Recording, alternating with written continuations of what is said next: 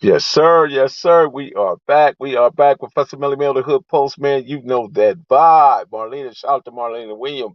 King Mike, what's good? What's good? Shout out to the chat room, the mailroom goons, and the mailroom nation. Lakeisha, how are you? We got a special guest today. We got a special guest. We got Stan Shepherd. Let's see. Do we got Lee Ford too?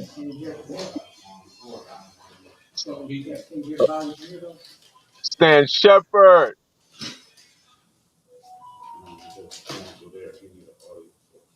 Stan, can you hear me? Stan, Stan, Stan Shepherd.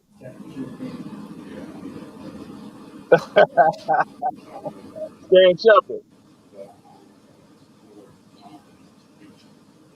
Yeah, we got Stan Shepherd in the house today. Shout out to the Mailroom Nation and the Mailroom Goons. We are back. We are back. Let's see. I'm trying to get Stan to pay attention. Shout out to Lee Ford. What up, Lee? Lee. Lee, can you hear me? Yeah, I can hear you. Okay, Stan not paying attention, Lee. So since Stan, can you hear me? He's not paying attention at all. So do me a favor, Lee. Send Stan a text and tell him to cut on his mic. Okay. I'm gonna do it Okay. right now. I can't hear you. Okay. Let me put it in. Stan. 634578. Stan Shepherd. Stan here?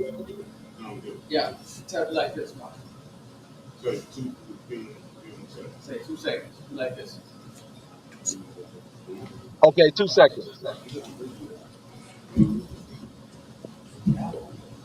Shout out to the Mailroom Nation. Shout out to D Money, to Rel Stewart. What's good? What's good? Keisha. Venus Earth.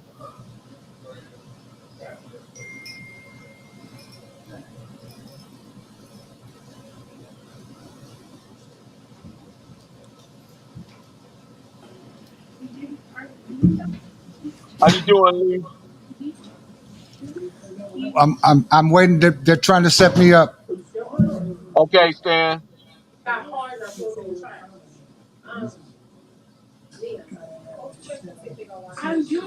I I gotta see I you. gotta get back on my air.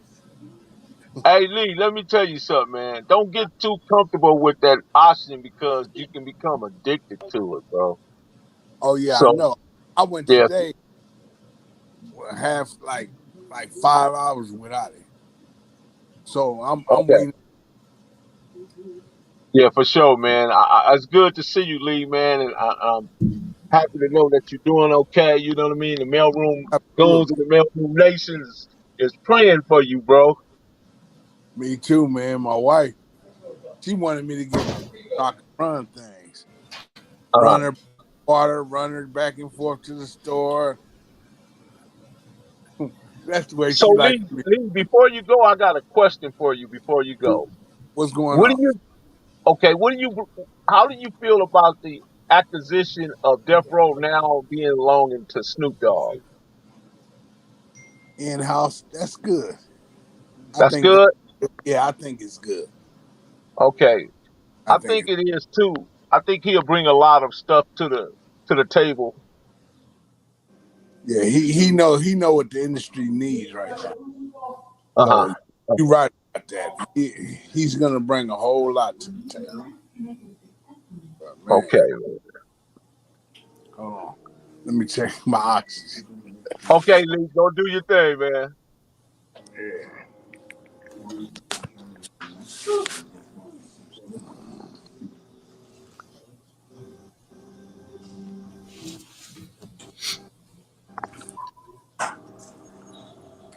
So shout out to the Mailroom Nation, the Mailroom Goons. Today we got Stan Shepherd. We'll be talking with him shortly. He's sitting there patiently waiting.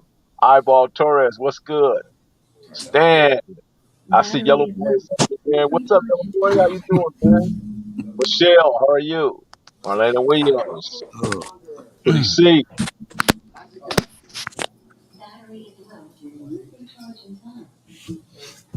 smash them like buttons. It don't take a few seconds. Be sure to click the notification bell, like, subscribe, and share it. Drop a comment down below. So when the dope content hit, it'll feel like it's the first and the 15. So Stan Sheppard has What's that dude? it's called uh, Sharks, Gangsters, and Demons. You guys be sure to look for that. That's one of his new projects he has out. He have multiple projects. This man is amazing, and I'm looking forward to having a conversation with him.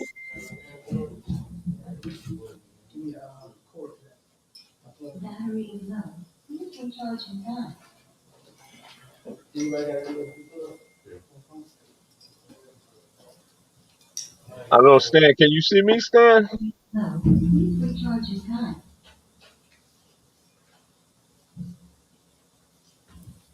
Hopefully, we'll be right with you. Okay.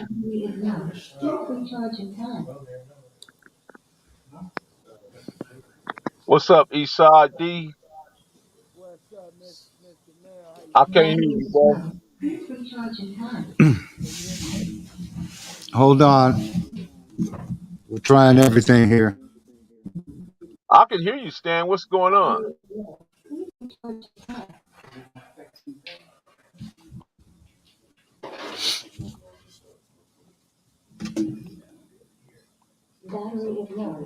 What's up, Mr. Mel? What's good with you, bro? How you doing?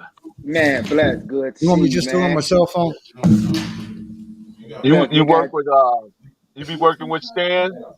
man. Yes, sir. I'm ESCDs, Eastside Crazy D's. I'm from Chicago. Stan Sheppard is really he guiding me. You know the knowledge he got, Mr. Mel, with this industry Right, shit, and he right, holding me right, down. right. You know, I'm a native from his home city. We found each other in the studio about a couple years ago, and we ain't let each other go since. And he just been giving me the knowledge and everything that I need to move forward in this game as not only an artist, as a CEO, as a Yeah, businessman. I hear Dr. Dre in the background. Right. Yes, sir. Hello? Yeah, I can hear you, Stan. Hello? Yeah. What's up, Mr. Mel? Stan? How you feeling? Yeah, can you hear me, Stan? Mel? Yeah. Yeah, I'm here, I Stan. can't hear anything. I can hear you. yeah, Yeah, the technical yeah, yeah, difficulty. yeah. So, how did you I, get into the music business? I can't hear anything. I got it. I got into music about maybe about 5, 6 years ago. Uh-huh. Just a passion of mine, and I started locally, Chicago. I started like everybody started. I started in my neighborhood. I'm from the East Side, and I just started passing out the CDs to the guys around the neighborhood, and it started to just I grow. can't hear anything. My following started to grow throughout the city, and I'm definitely a premier artist from my city. I definitely put a lot of work in. I went by Young Diesel. I'm currently going by ESCD. So any one of those names, man, it's Young Diesel? yes, sir. Okay, Yes, so sir, Mr. Man. explain the difference between the east side and the south side. What's the difference? Oh, that's a beautiful question, man. Well, they like to say it's only a south side, right? God rest my dad's soul. My dad will tell you that, nigga, it ain't no east side, you from the south side, right? But it's like this. We consider the east side, if you're from Chicago, we consider the east side 63rd to 95th Street. That's 63rd Street to 95th. That's State Street, which is a major street that runs from downtown to the Uh-huh. suburbs. It's State Street to the lake. So that's Uh-huh. encompasses the east side. Like Shep would tell you, it's similar to it would be like Compton, because I haven't never really been to Compton, but how he would tell me it's similar to Compton. It's a Okay. small, Right. but it's ours. But it's Right. ours, you know. You know what though, man? I couldn't really tell the difference between Gary and Chicago because they were the What same you to mean? me. Look, Gary is Gary is an extension of the Wild Hunters. And I can Yeah. say that confidently. Okay. Okay. It's an Yeah. extension. So you It's know what not I mean really when I say that? Indiana-ish. Yeah. It's I not went to really. Gary, man. Them boys over there was wild. Yeah, hey man, them niggas off the chain over there. For real. Yeah, them niggas off the chain, man. Them niggas off the Yeah. chain. Hey, what's going on with Mel? Exactly, man. You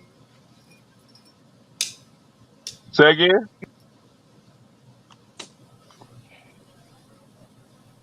Yeah, Mel, can you hear me? Yeah, I can hear you. I was going to say, I know because I'm on here, so I know who I'm dealing with. Could you just break it down for the people that's gonna watch or watching on my behalf, man, your resume and why we got the pleasure to share your panel with you? Well, it's all because of Stan Sheppard. Stan Sheppard I is can't hear you, Mel. you can't I hear me? see, I see, I see it's on. Can you hear me? Hold on. Yeah, my headphones, I'm turned up. Oh, damn. I don't even got it with me. You got one with Can you hear me now? To your phone.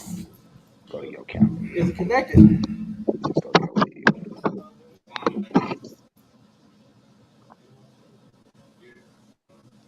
Can you hear me? Can you hear me? Yes, I can hear you, bro. Yeah, I guess he got to come out and come back in. Sorry for the technical difficulty to the Mailroom Nation and the Mailroom Goons. We are trying to fix this problem. Stan, hello, Stan. I think Stan is trying to record the interview. That's what I believe he's trying to set up for. But, hopefully get it done. Let's get these back in. Diesel back in. Okay. Diesel. Huh. Blinked out again.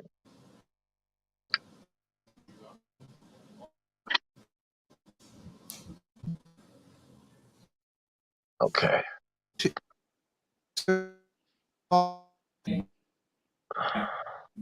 Okay. You're back. Diesel, can you hear Hold me? on. I can hear you. It's just moving goofy. Yeah, I can hear you. Yeah, it just Wi-Fi, bro. Are we going to the store? Man, why don't we just do it on the phone then, man? Because this is driving me nuts.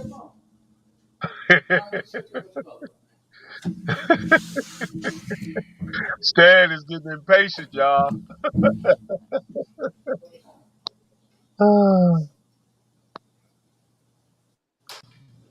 Diesel. Yeah, hold on. Yeah, Stan is getting impatient, man. He say this stuff is driving him nuts. I guess they trying to do some I think they trying to tape it. That's what I think they're doing. So that's what the delay is about. But okay, what was your question again though, bro? Hello? Yeah, I'm here. Yeah, your phone. No, I can hear you. It's like it's in slow motion. I can hear you, Mel. I can see you and everything. I don't Yeah, know that what's means going. that your Wi-Fi is not necessarily working Mm-hmm. correctly. I don't Mm-hmm. know what your Wi-Fi is like. So anytime you on this, are you on a phone or are you on a PC?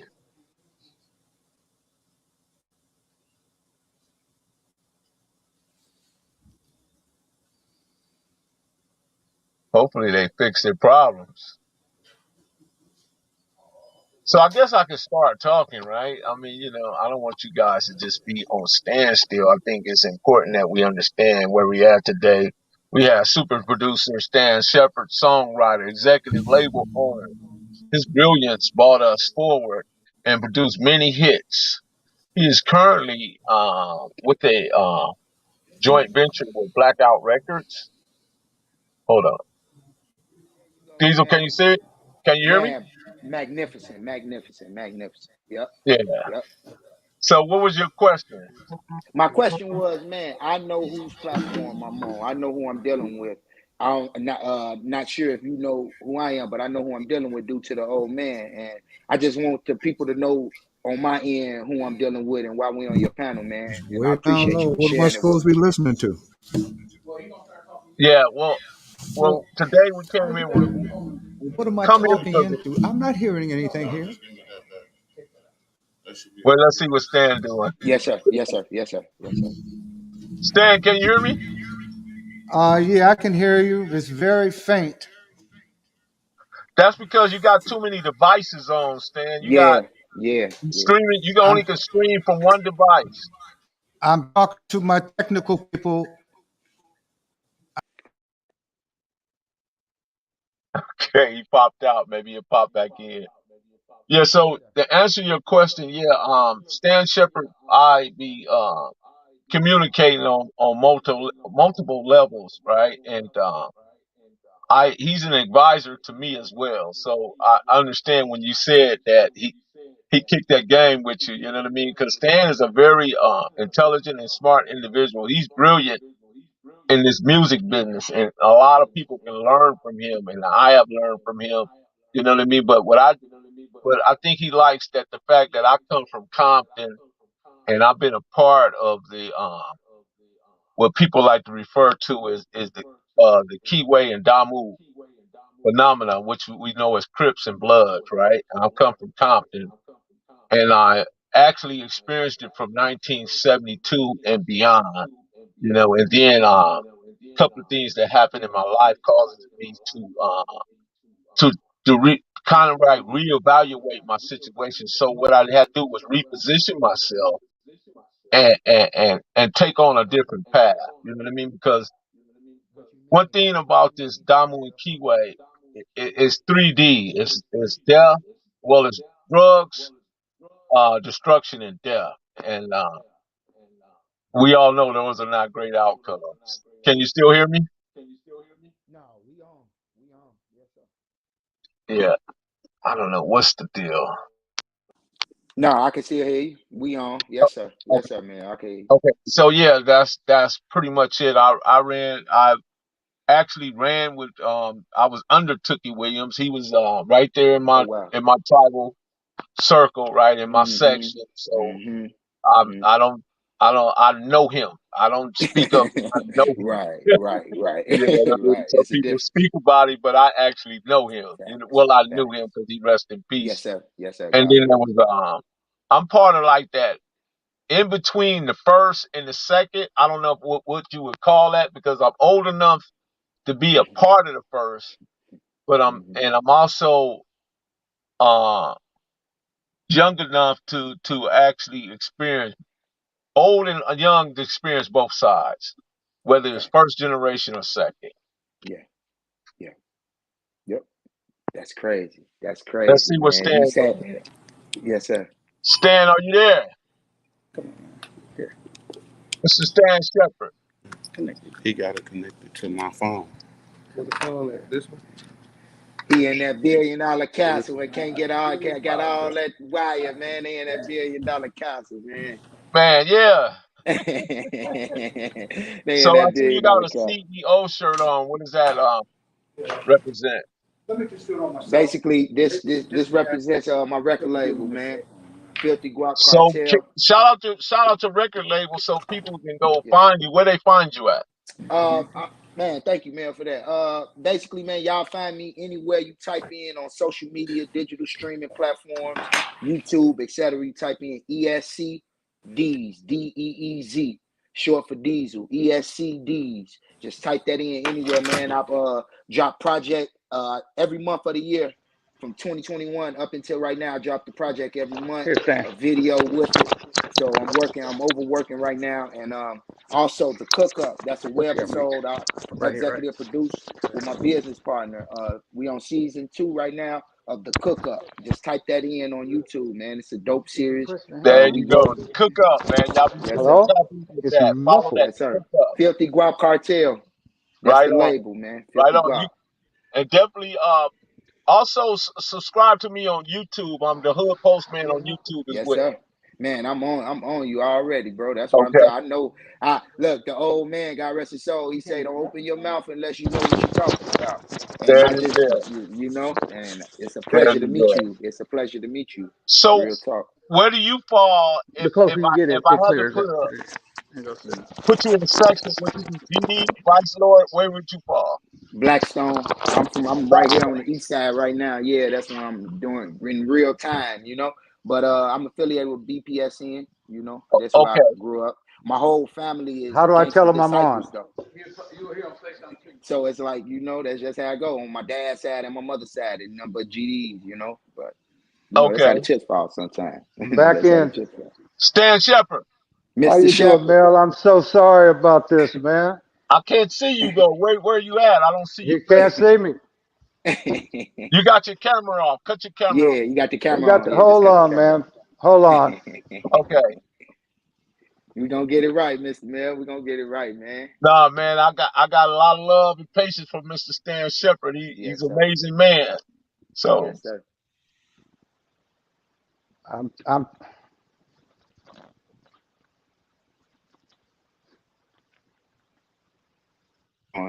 there you go, Stan. Can you can you see me now? I see. Go ahead, swing the camera around. Yeah, I see your hand. There you go. There you go. Look at you, Stan Sheppard. What's up? Hold on. Hold on. Okay.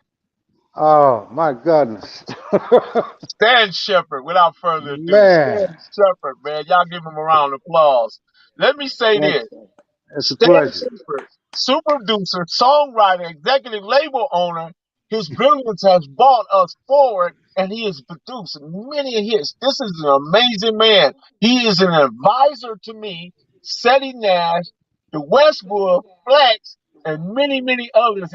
And he also, but I can't forget Glasses Malone. And then he's also Exactly. the manager to DJ Battle Cat, DJ Quick, Sugar Free, Mossberg, Rest in Peace, and Cocaine. Without further ado, ladies and gentlemen, Mr. Stan Sheppard himself. Well, I'm very humbled right now, Mel. Thank you so much, man. You're Thank you so welcome. much. It's a pleasure. It's a pleasure to be here with you. It's a Believe that. pleasure to see you. It's a pleasure to hear and see you, Stan. We're on the other side. I tell people every day, once I wake up, anything else can be negotiated. That's the truth, Mel. You know what? I'll True. just put it to you like this. I'm glad I'm 70 years old and I'm glad to just be able to be up, be able to function properly, and really work with some incredible young people in my life that mean a lot to me. And so believe me, I'm blessed. I'm a blessed man. And we actually have one on the show with us right now, Diesel, standing right next to you, Stan, in real time. That's Not in real time, but in virtual. that's I feel you. That's a that's a young man that I've been working with for about 2 years now, and he's very talented young man from the east side of Chicago. And we've got big plans for him, and we're very excited, man. Very excited about him. There's a lot of good things going on, Mel. I know we're And gonna talk. We're gonna talk about all that, Stan, and I appreciate you coming on at this time to talk about that. Go ahead, Stan. Don't let me get in your way. no, well, first of all, it's so good to talk to you because I really feel that there's some things that should be discussed in black music, especially rap music. And I think this is the platform where it could be discussed. And when I discuss these issues with you, I want you to understand this is coming from 47 years of experience working in the major labels and working with the independent majors. So this is not conjecture. This is not my opinions. What I'm going to give you is facts. Now, you can take those facts and you can do what you want with them. So, the first thing I would like to discuss is basically the ineffective black business model. And people say, well, what do you mean? I'll explain it to you. In the business of entertainment, be it music, film, it is controlled by a small number of people. And those small number of people who control the major record companies and who control like Netflix and things like that, these are not people of color. So there are rules in place for people of color. Now, what do I mean by that? Okay. I was discussing with some people the other day about how black artists and black business executives, all you hear is how we're grinding. We're grinding, we're grinding. And that's good. That's great. But when I look at the other ethnic groups in entertainment, they're not grinding. They never They're not. mentioned that word. They never mention that word, bro. Because guess why? Because all they do is pick up the phone and call one of their partners and say, "This is what I want to do. I have my product, and I would like to get it in maybe Whole Foods. I'd like to get it in Walmart. Can you help me?" Well, they have those numbers to call, and they have those people they can get in line with them and help them. But when you look at the black business model, we're banging away, we're chipping away, we're grinding. And as soon as we reach our goal, whatever that goal is, we're so burnt out from grinding. And then we look at the other people that are coming up behind us, and they need help, but we're hardened by that time with all the grinding. If I grind, why can't you grind? I'm not going to help you do this. I'm not going to give you my Rolodex. I'm not going to spend 40, 30, 40 years making my thing go, and then here you come. Well, that's not the way the other ethnic groups work. What do you need, my brother? Let me help you get it. And they do. And I'm just sick of hearing about grinding. Just tell me another ethnic group that grinds. There's none. Now, go to Yeah. Netflix. Yeah. I go to Netflix, right?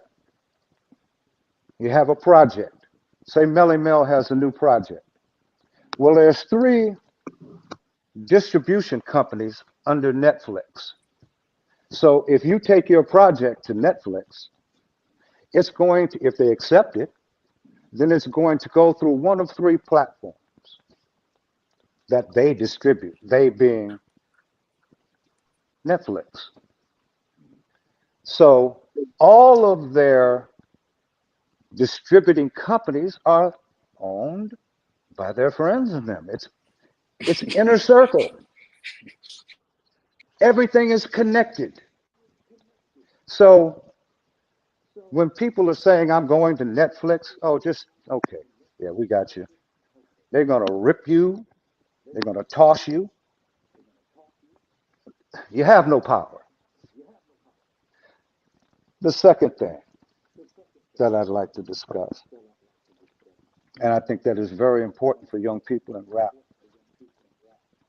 is that I truly do not understand how black music divisions are not run by black folks. How does that happen?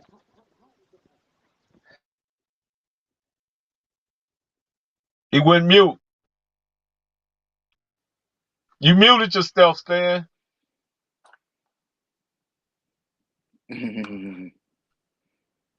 He breaking it down though. He's You breaking it muted it. down. I can't hear.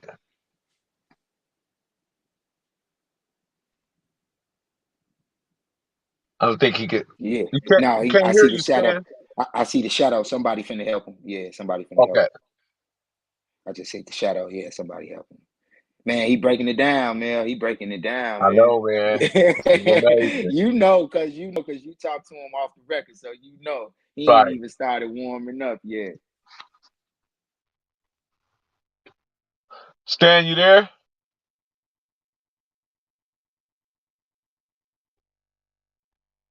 He's gonna go out and come back in. Yeah, But come back. this man that you guys are hearing from, I advise you. for those who's listening and watching, and you got this man has a just a amazing history in the music business. There's nothing about the music business that he can't touch or that he can speak on. He's from top to bottom, you know, from top to bottom. He's been there, done that. He's been involved in multi-million-dollar deals. He was even involved in the sale of Death Row when Suge had it, and somebody, I think what happened, they they gave a bigger bid than what the group that Stan was working with for the sale of Death Row. Yeah, so we'll get back. Here we go. We're getting back in. Stan, you there? Hello? Yeah. Sometimes that Hello? stuff happens. No worries, Stan. Hold on. Hello? Can you hear? Yeah. Can you hear me? Yes. Hey, Stan, Yes, but sir. I know you was finna get into your. It sounds like we're underwater. Hold on. Okay.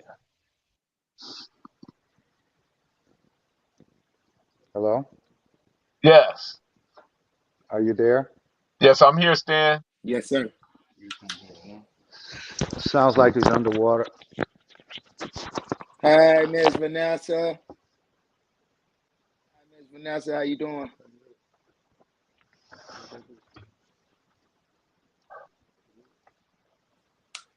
Stan, can you hear me now?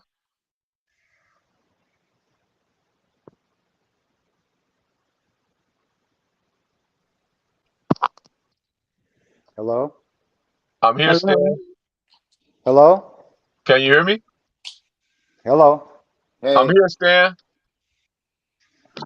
Go out and come back I'm in. hearing nothing Yeah. but mumbling and Go out and come back in. hello? Go go out and come back in if you can't Hello? hear me. Hello? Yes, Hello? sir. I'm here. Hello? That's theirs. That's theirs, man. 'Cause you on, we can hear the. Hello? What's up, Stan? Can you hear me? They say it may be on your end. No, I can hear you perfectly. Hear you perfect, huh? We can hear you perfect. Hold on. Yeah, hopefully you go out and come back in. How you doing, Vanessa? She's muted too. Yeah, she muted. She must be muted.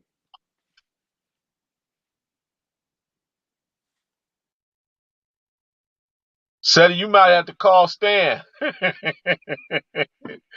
Did he? Hey, Pon. We got Larry Hoover in the chat. Larry Hoover in the chat. Let me Yeah. see. Okay, I see that. I Somebody see it now. claiming his name anyway. Right, right. Yeah. Hey, you see what Seti just told Hello? the old? What's up, Stan? I hear you, but you're very distant. Uh, Hold on. is your audio up? Yeah, is your Bluetooth on? Turn They're your helping Bluetooth me off. with it right now. Okay. I'm trying to connect that to those. Because you Turn your listening to Bluetooth this. off. Hello? Yes. Can you hear me? Yes, I Yeah, can hear you loud and yeah. clear. Okay. I'm just going to have to do the best I can because it's not coming through my earpieces. Hold on. Yeah, it's probably if you disconnect the earpieces and Right, just talk through the right, It's phone. not working. These ain't working. So I'll right. talk the best way I can. Hold on. Could you So, say, Stan, I had a question for you though. Can you uh hear huh? me? My question is the convergence and the flood of social media content, is it a threat to Warner, Sony, and Universal? Hmm. You said a threat. Could you speak one more time? With the convergence and the flood of social media and social media content, has it become a threat to Warner, Sony, and Universal? No, it's never a threat because all they do is focus on money. So, I knew you had to ask. Yeah, yeah, yeah. well, Straight shooter. I'm just telling you the truth, and it's like these are piranha-like organizations. Uh-huh. You hit the water and you're gone. So it's like when people call me and say, "Hey, Stan, I have a deal at a major record company, and I need some assistance from you as far as radio is concerned." and promotion is concerned because they know I'm at the top of the chain. And that's how I make people happy in music. Okay, I'll just put it like that. And the people that I work with, they are the people that are at the top of the chain as far as promotion is concerned. Talking to you and saying that to say, you don't care as long as it's legal. If you're a driver, what you deliver, as long as you're paid for it, what you feel you should get. Okay, well, artists, record companies, they operate on the same system. They don't care who brings it to them. They don't care what it is.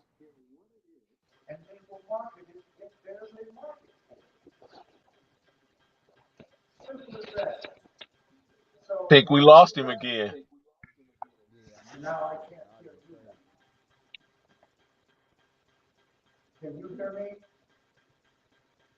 Seem like you faded out.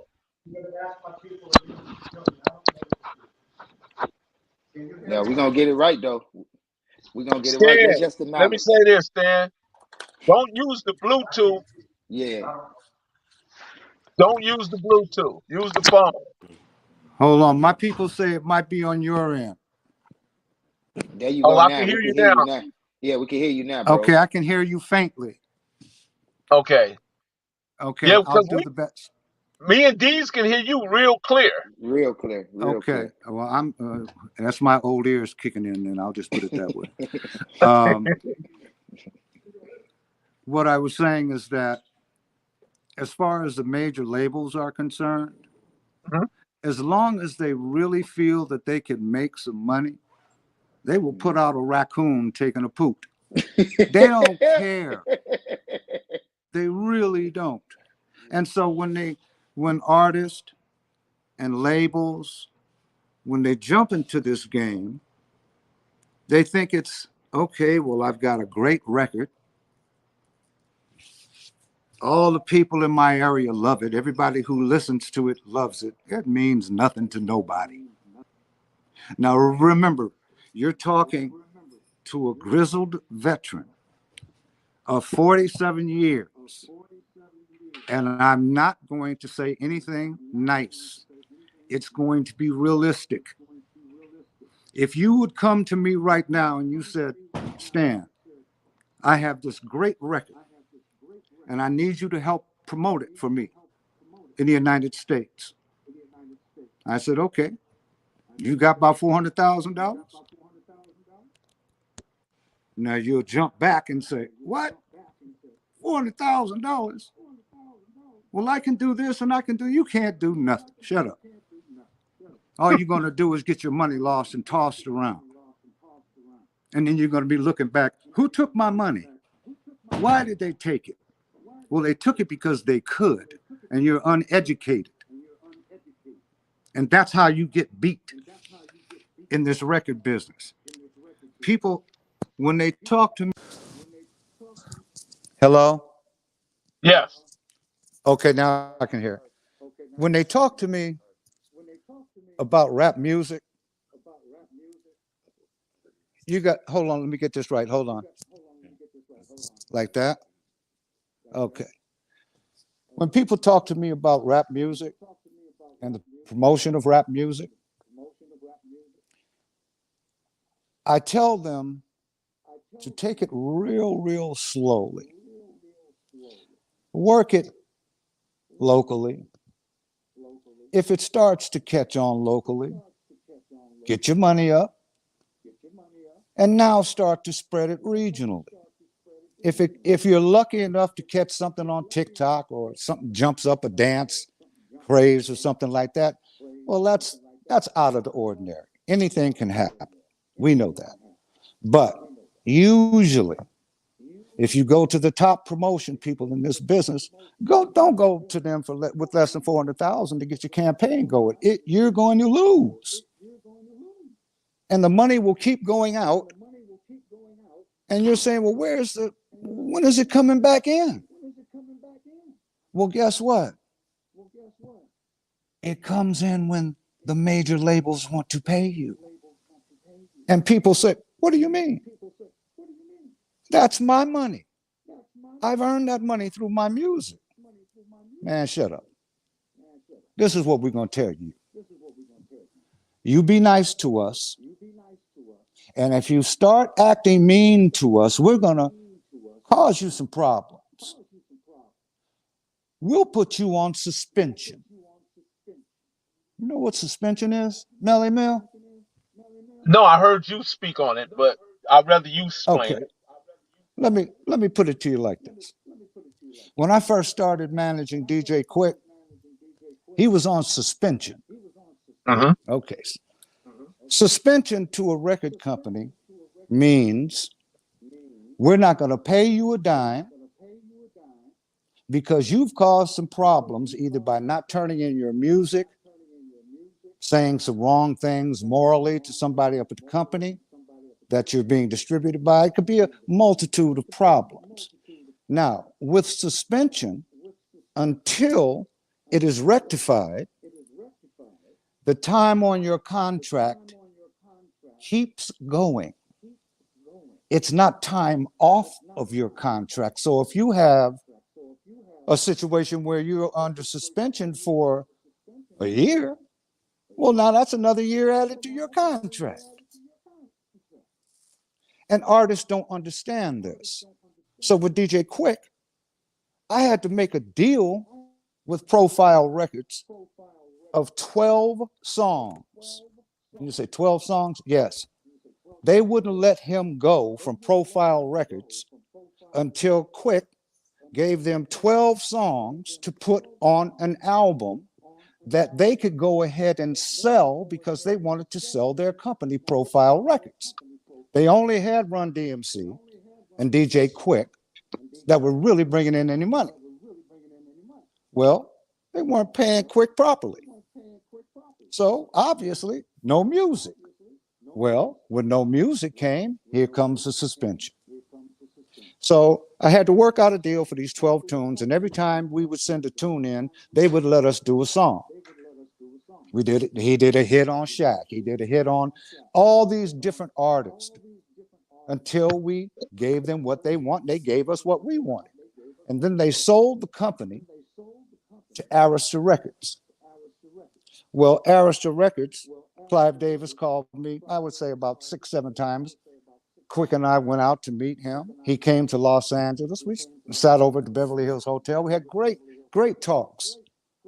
And he said, you know what? We want to make DJ Quick a flagship for Arista, whatever they want to call it at the time, and do so many fantastic things, but we don't know how to effectively promote on the West Coast. And you do. Okay, well, that's great. Now, how do you compensate us for that? And people say, Stan, how do you always talk about compensation to these record companies? Why are you always so stern? Why aren't you nice to these people? Because they're not nice to me. And they're not nice to you. And I just want to know, please tell me why Black artists are run by white executives, by any other ethnic group other than Black folks. Why? Ain't no Black folks running country. Ain't no Black folks running pop. But, oh, you go into any major label and you see what I'm talking about. You mean Did you Whack know? 100 ain't running nothing, Stan? Let me put it to you this That's way. a joke. That's a joke. Let me put it to you this way. There's not a Black man that could write a check at a major record company, get his money out, unless it's cleared by the attorneys and the upper echelon. I don't care who you are. Now, you can dig in your own pocket. But understand this. There used to be 6 major record companies. Uh-huh. There are 3 now. Do you know what that was caused from? Ignorance. It was caused by not having hits, because they put accountants and lawyers in A&R positions, and they don't know crap. I sold over 22 million records with my artists. What you gonna tell me? And not one artist, 6. Platinum, gold. So yes, I get upset when I see what's going on in black music. And then when I call the major labels, oh, here's this dude. Yeah, because I know how you hide the money. And Is so Jay when I Z an walk into, exception? pardon me, Is Jay Z an exception? isn't Jay-Z distributed? I just asked, Stan. I'm Yeah, you being cash money, honest. Yeah, you being cash money, honest. cash money. Are they distributed? No. Yes, they are. They're Oh, they are? distributed by Universal. Okay. They're distributed by Universal. Okay. Now, let me give you another fact. Okay. All these 3 major record companies that are now left, What's name them? Universal, Warner, and Sony? yes. Do you Okay. know they're all controlled by non-American citizens? No, I did not know that. Now you do. I do now. Now you do. You educate me, Saying Stan. saying that to say nobody gives a damn about you. Nobody gives a damn about a black artist anywhere. Because you Uh-huh. know why? You know why? Because when you die, you're more important to the major labels than you are when you're alive. So it's insurance. Come on, bro. I Come said on, that a bro. while back, Stan. Because look, Yeah. Stan, let me say this before you go any further. Because why is it when you go into the bank on the wall, somewhere on the bank it said we are insured by such and such and such and such. So if the bank is insured, don't that mean that the insurance companies run the banks? See And what a lot of people forget, Mel, when President Barack Obama was in office, uh-huh, there was a company called AIG. Look it up. sure. You know what Barack Obama said on his second, I think it was the second week in office? They too big to Because fail. yes, yes, too big to fail. We can't let you go down. Okay? What does But that mean, though, Stan? what does that mean? Hmm? It means I would rather give you some money as AIG than to have you go under. And now it's a domino effect that I got to deal with 10 other companies that are catching hell. So let me prop you up to keep trouble off of my doorstep. And that's what this is all about. The major labels know exactly what black people to hire. They know exactly. I don't know a black man from the inner city that's in a VP position. A&R, tell me. I'll wait. Suburban black folks talking about gangster rap. Get out of here. Get out of here. What is the likelihood and the chances of somebody actually becoming very successful in the rap business? Chances are great. You got some money? You got some connection? It take money to make money. Bro, don't come to me with less than $400,000. I don't want to talk to you. And I won't take your money. But there are those that will. And guess what they'll do? Hey, hey, Mel, give me $100,000. I'll get you pumping in LA. I'll get you pumping in Frisco. I'll get you pumping in Vegas. You give up the money. Okay, well, then you look at the play logs and you got played at 1 in the morning, 3 in the morning, 4:30. Well, there ain't nobody listening to Everybody sleep. everybody sleep. He honored his obligation, But your though. play log shows the action. Yes. So the money that you're spending is it's going out the window. But with me, I know too many gangsters in the record industry. And I know too many programmers in the record industry. And I know too many DJs. And I'll hound you. I'll hound you. Because what do they do to you? They hound you. Where's that album? Where's that single? Where's that video? You don't have it on time? Oh, well, we ain't got your money on time. It's like the IRS. If you owe $10,000, you got to pay it on time. And if you don't, there's penalties and interest. But when the IRS owes you and they don't pay you on time, they don't pay you penalties and interest. That's the ultimate pimp. And the ultimate pimp in music are the major labels. Do you think the major labels wanted to do deals with people like me? No. When I walked in with Sugar Free, when I walk in with Quick, when I walk in with Battle Cat, Cocaine, they say, well, we can't make no money off of this dude. He knows all our tricks. But let them bring somebody else that they can rape and pillage. And they're good at that. So I'm speaking to the independent artist out here right now. Uh-huh. You better get you some sharks on your team, because you just jumped in a piranha pool when you got with the major labels. That's exactly what you did. And I'm a shark. I eat piranhas. I don't care about what you do. I don't need your money. I've had the success. I know the field of multi-platinum. Got to understand something.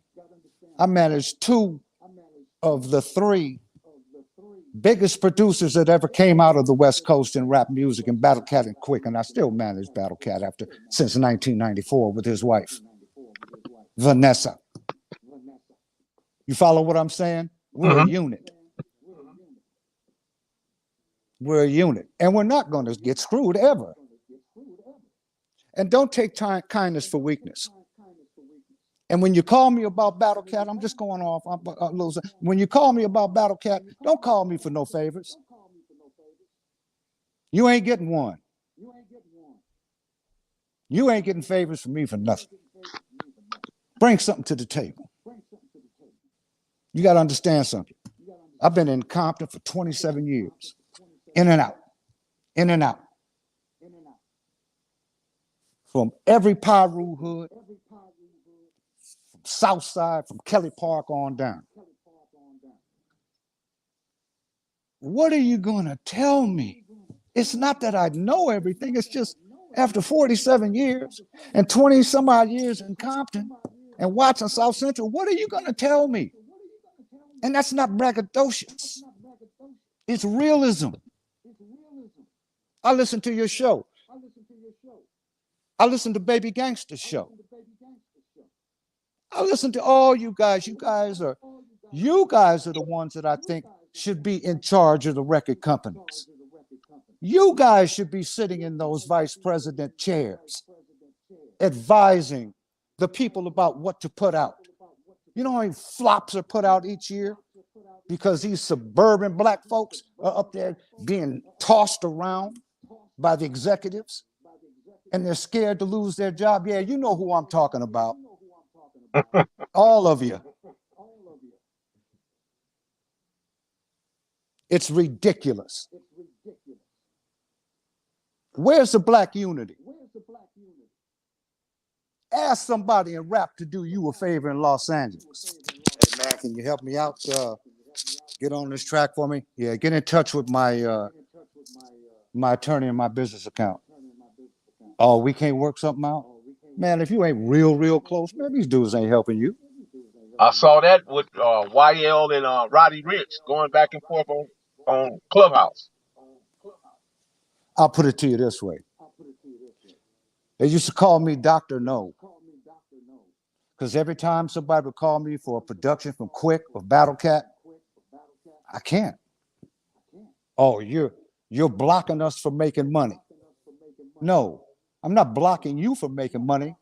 I'm blocking you from making a mistake, for paying for something that you're not going to get for at least a year.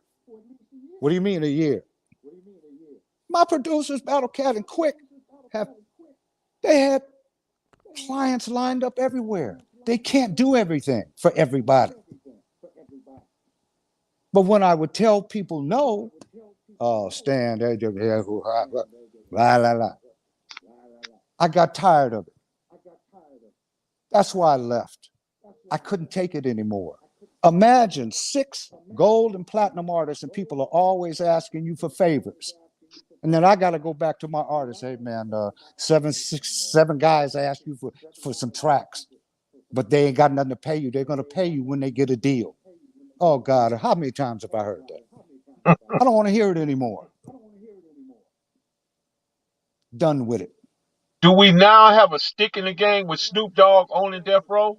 I know he just owned the name. He don't own the rights to the music, but just that acquisition. What we have, Stan? Let me say this right.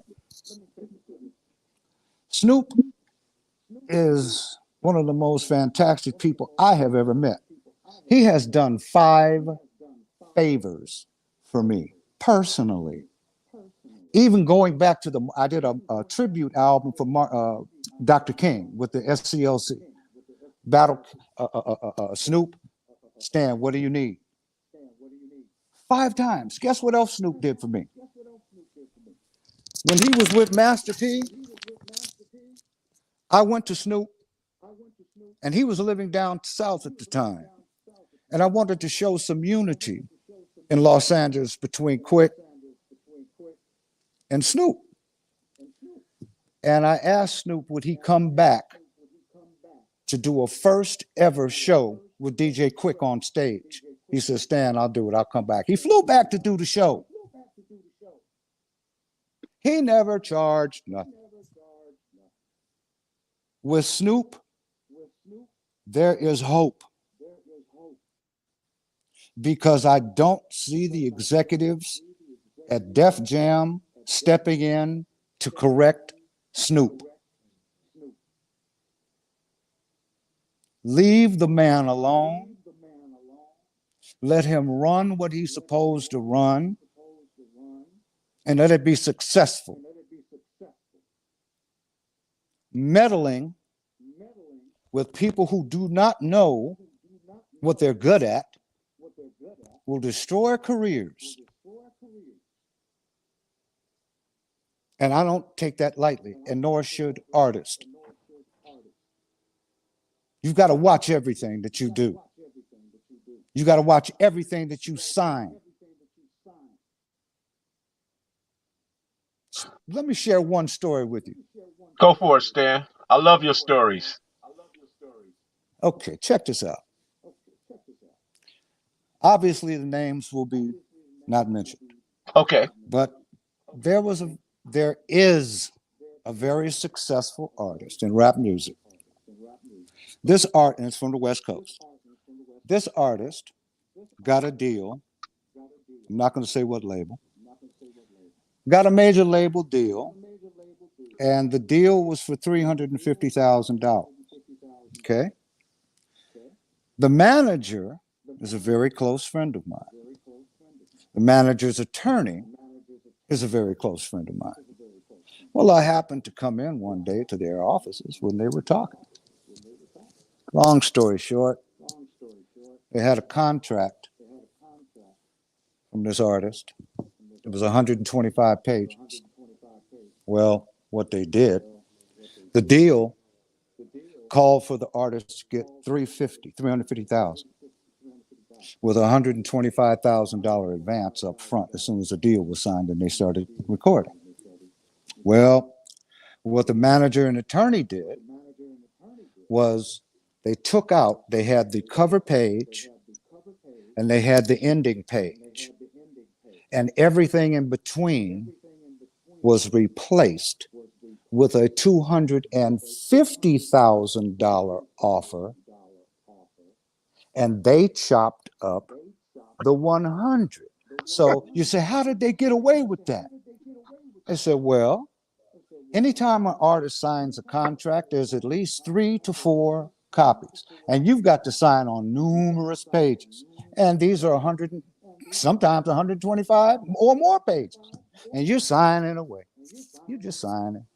Now your hand is getting tired. And by the time you get signing, you don't know what you signed.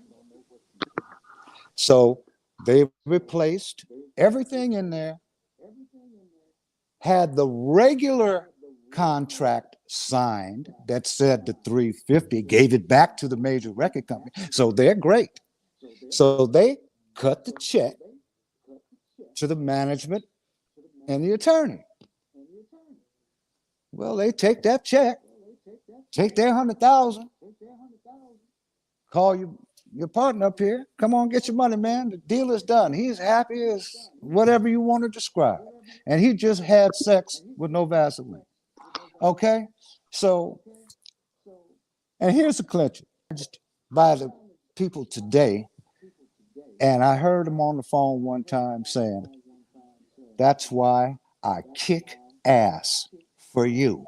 And I will stop at nothing to get your money. These are what you call sharks. These are what you call piranhas and barracudas. And if you don't know how they swim and act, then you're going to be snipped at and eaten. By the time you turn around, you're done deal, man. You're just They ran done. the short change game on him. Man, there's so many games to run. It's like whenever they try to run it on me, I say, oh, wait a minute. That's the one you ran on me in 82. Okay. That ain't I'm working familiar in with this game. 2022. I'm familiar with it already. I'm familiar with that. So when saying this to say, when learned individuals like myself, and I'm not, if you're a plumber, bro, and you've done it for 47 years, you know how to tighten a screw. That's all I'm saying. I've worked with the biggest. I represented the Jackson family. Me and What Jermaine was worked that together like, for. man? What was that like? It was surreal. It was surreal for me. I mean, but these are my partners. I grew up with them. We're from Chicago and from Gary together. We've known each other for 40 years. But when Jermaine asked me to work with him, I had no idea because I went to work there. I went to work at the compound with Jermaine for 2 years. I've never seen so much gangsterism in my life. Never.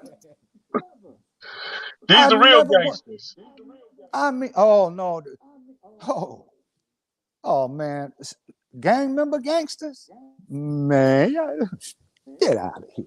These are some economic sharks that will eat you alive and then call the police on you if you get mad. I remember that one deal you did. They called the police. Call the police on me. I did. Understand this. I did a deal. There's a lady, and I'm going to say her name because she was so cool. Madeline Randolph, cool A&R director from the West Coast. I took my act out of Watts. She said, oh, Stan, let's do this. I said, well, I already have a deal. And so she said, well, who do you have to deal with? At that time, it was a group out called Whoop. They had a song called Whoop There It Is or something Whoop, like that, right? there it is. Yeah. Right. Okay. And the label was called Bellmark. The owner was Al Bell from Stax Records down south. And I was cool with him. So he said, Stan, I want to get into the rap game. So I brought in my act from Watts. He offered me $250,000. I said, oh, let's do this. Because I had just brought a single in to him, not an album. He said, let's go. So now I'm going over to have another meeting with Madeline Randolph at MCA at the time. That's where she was vice president. She said, Stan, what are you working on? I told her what I was working on. She said, can I hear it? So obviously, she said, oh my God, I want this. I said, well, I already got an offer for $250. I'll give you 350. I said, whoa, hold on. I called up my guy at Watts, told him what was going on. He said, man, Stan, whatever you think is the best. I turned around. I said, it's best for me to get this 350. I said, so we're going to go that way. So I called Al Bell. I said, can you match the deal? He said, no, Stan, I can't go 350. I said, well, I'll catch you on a rebound. So now we're supposed to be getting this. I passed the $250,000 deal. Remember this.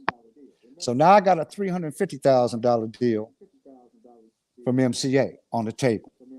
Okay, well, 1 week passes, 2 weeks passes, 3 weeks passes. No word from MCA. Well, I'm calling up. Hey, Madeline, what's going on? I don't know. I've called my boss in New York. Her boss is a very famous guy by the name of Hank Shockley. He produced Public Enemy, all these things, and he was senior vice president of MCA at the time. Okay. Well, I said, well, man, let's keep hounding him because I got to find out something. Well, it turned into 2 months. Nothing.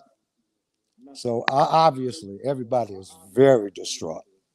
So there was, at this particular time, there was a restaurant on Melrose Avenue in Hollywood. It was owned by Norm Nixon and Debbie Allen. I can't remember the name right now, but it was the hangout for everybody in black music. The who's who. Exactly. Well, we were having a celebration for DJ Battlecat and DJ Quick. And we all went to this, we were hooking up at this restaurant. Well, in walks in Hank Shockley, who I couldn't reach for 2 months. So he's with two guys, right? So I saunter all over to the bar where he's standing waiting for his table. And I said, man, I've been trying to reach you for 2 months, man, about the album deal. What's going on? He looked at me and says, album deal? What are you talking about? And I said, wait a minute. And I recapped it. He said, I ain't giving you no album deal. Now remember, this was I gotta give you the date now. This was 1998 or 9, at the height of the East Coast, West Coast thing, right? Right. Okay. Well, obviously, when he told me that, I said, Hank, that's not cool, man. I mean, these people are waiting for their money. Well, he had two guys with him. Well, they were from New York also, and they didn't want to hear my mouth anymore. So they got in front of Hank and told me and pointed at me and said some choice words and told me to beat it. Well, unfortunately for them, the bodyguards that were with me were Samoan bodyguards, and there were 6 of them, none of them under 300 pounds. They saw what was going on. Everybody from Sheppard Lane, my label, gets up, and now they're coming at these 3 people. I stop them and say, please let me escort these guys out of here. And I turn around to Hank Shockley and say, I'm going to escort you to the car because your buddies caused some damage here, and I'm trying to rectify the situation, so leave. So I walk them out to the car. Okay, well, little side note, wherever we go, wherever we used to go, because of the threats that were on Quick and everything, we used to have a car facing east, west, north, south, wherever we were. So wherever we went and wherever, if somebody was following us, well, we're on your tail. Well, when Hank Shockley left, my people were still mad at him, and they trailed him. And it was going to get bad, and I asked them not to. And it got down to the last second, and they pulled back. And it shook me to my core. And I'm telling you right now, Hank Shockley, you're a very lucky man. You're a very lucky man. And understand something. One of the best things you can ever do in this lifetime is not talk tough to people. Just don't do that, because you don't know who people are hooked up with, and it could turn bad on you immediately. Mhm. Just treat people nice and with respect, and you'll go farther. I guarantee you that. So after that, he calls me the next morning from MCA and says, "Come on up here, let's talk about this deal." Well, when I went up to MCA, I see LA Sheriff up there. And I looked to the left and I looked to the right. When I gave my name, they said, "We'll escort you back to the meeting room." I said, "What? What are you talking about?" Well, as I was walking down the hallway, there were two more security guards, private security guards, that came out with the police and escorted me into a large meeting room with Hank Shockley. And he enters the room like a king on a horse with two more huge MCA people and says, "This is the way I have to negotiate with Stan Sheppard." Man, I got up, I walked out. I was so embarrassed. I had been in the record industry for many years. I have never done anything to anybody. I never talk mean to anybody, and I won't, because I know how that could backfire on you.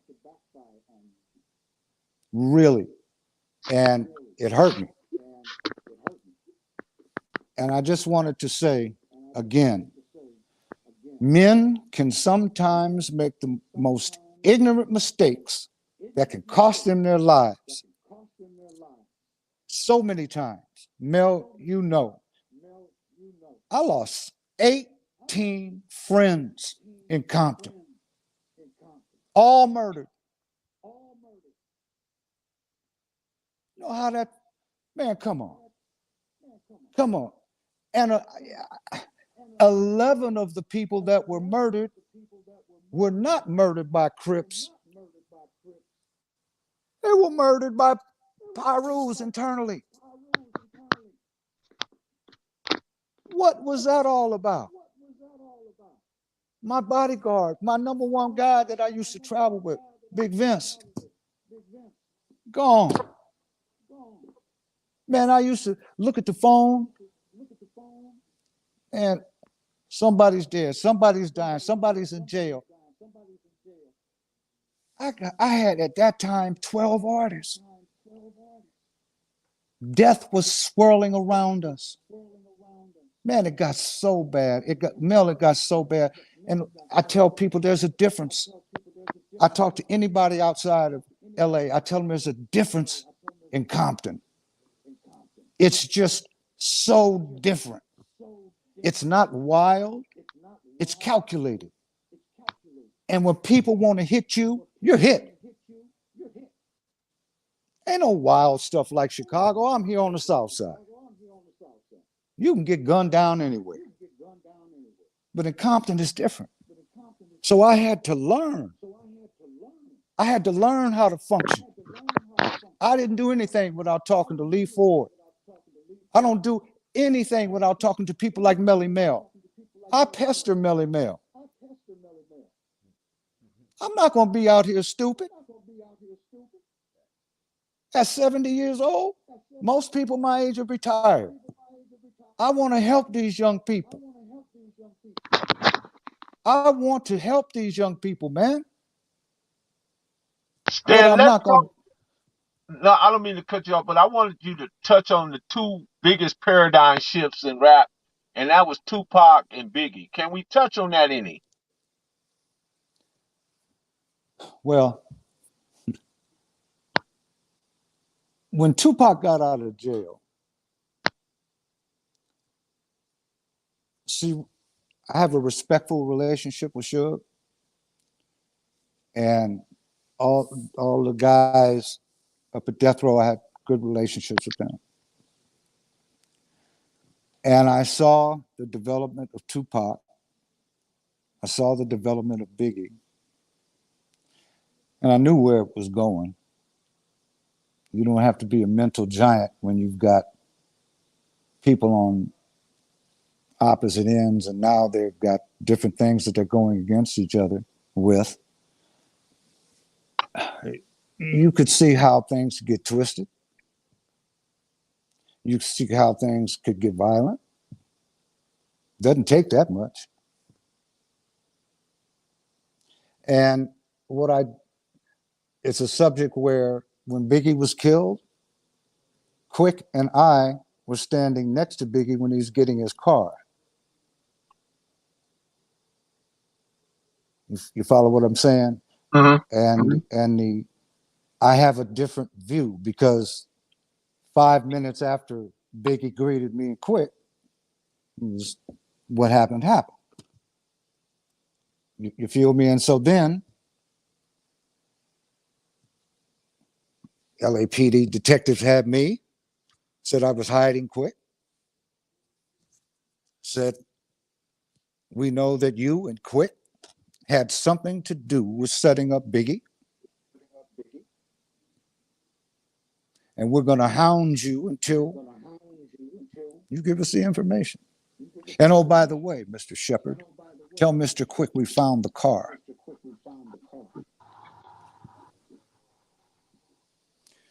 So when you mention Biggie and Tupac and it's like it's a blur for me, because I wasn't really interested in what they were doing musically, because I knew what was going on behind the scenes in the streets, and it took precedence over everything else. So I can't give you I can't even expound on that too much more, man. I was in a No, different mental. I totally understand. I totally understand. As to Tupac, where were you at during that time?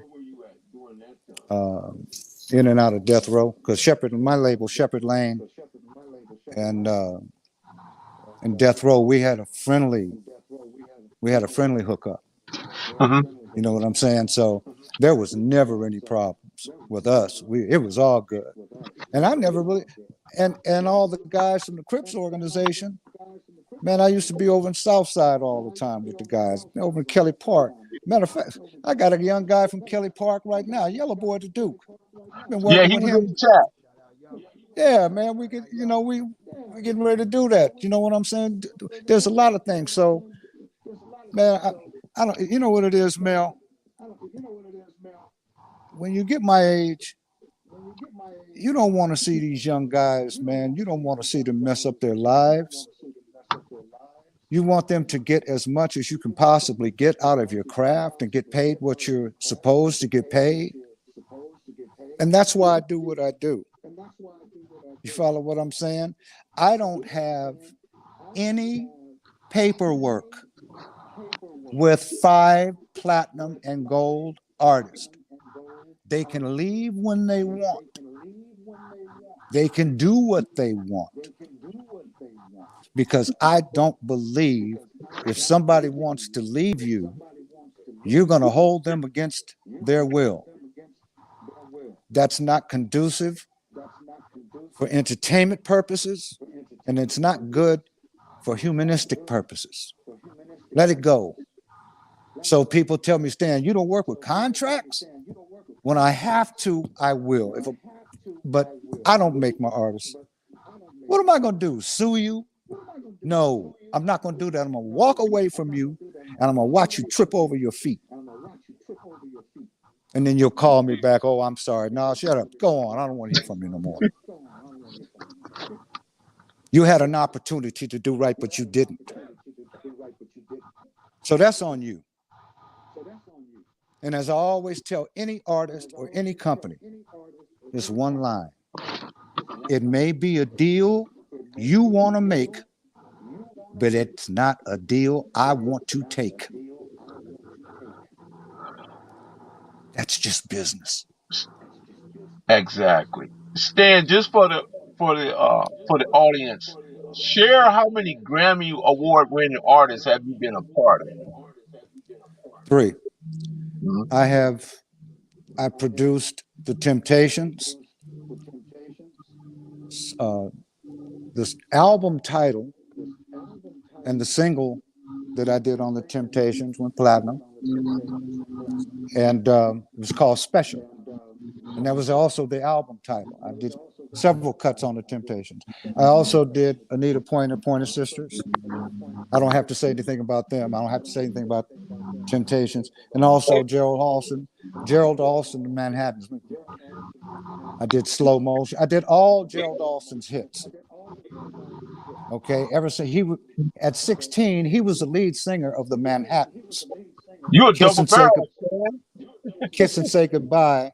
My Yes. recordings sold millions. And I worked at Motown in the A&R department for 4 years, writing and producing. And I'm proud to say, I gave Island Records their first ever black music top 5 single with the group that I put together with my brother called By All Means. I did a remake of the Marvin Gaye song called Let's Get It On. We did a kind of with a Jamaican feel to it, and it Uh-huh. exploded. Went to number 3 in the country Billboard. So that was the first record that I ever did that was a hit. And I left there, and then I went to Motown and did what I did with Motown. Then I left Motown. Then I went to the Jacksons. Then I left the Jacksons, and then I started Sheppard Lane. So So that's when where you we are. so when you was over at the Jackson, you was the president, but you also was the family communications. Explain that to us. Jermaine contacted me at Motown, and he told me that he was starting a company called Jackson Communications. It was an offshoot of the family business. So he said, Stan, I would like you to join me. And I said, okay. And I went over there and we worked for 2 years. And we put on a show, the first ever show that united all of the Jackson 5 family members on stage for performance for the first time in history. It was at the MGM Grand Hotel. It was called the Jackson Family Honors. And I left from there, and then I went and started my rap career. So that's the way we worked out. Now, I've been doing rap since 1994, when I started with DJ Battlecat, and he had just done Domino. So will DJ Battlecat also be a part of this Death Row venture that Snoop has? Oh, definitely. Definitely. Battlecat is deep in there. I think Okay. Battlecat is probably the #1 producer that Snoop uses. Hmm. And there's another young man that came up with Battlecat and I named Amplified. Okay. Amplified is banging out there now. And so I'm so proud of him. Understand this. This is since 1994. A guy from the south side of Chicago coming to Compton? Man, come on, bro. I came from R&B to hardcore rap and never had a failure. 20 plus million albums later. Man, I'm proud of that. And I'm proud of everybody that I worked with. Quick, Battlecat, Sugar Free, Coca, Mossberg, all these guys, man, these are staples. I used Give us a, to, man, I used to that's go, phenomenal, Stan. That's phenomenal. man, I just check this out. I came into Quick's house and he was working with Sugar Free and Mossberg doing Down, Down, Down. Then I left there hearing that hit being developed, and I go over to Battlecat. And he's got hits going. It's like I couldn't believe I was blessed enough to manage 2 of the biggest 3 producers in West Coast music. A guy from R&B and not from Compton. Man, come on, man. I'm proud of that, man. Give us a Mossberg story, Stan. Wow. Well, Mossberg called me one day. He said, Stan, my 21st birthday is coming up. I never been to Vegas. I said, man, okay. So I swooped by. His birthday was 2 days from that point.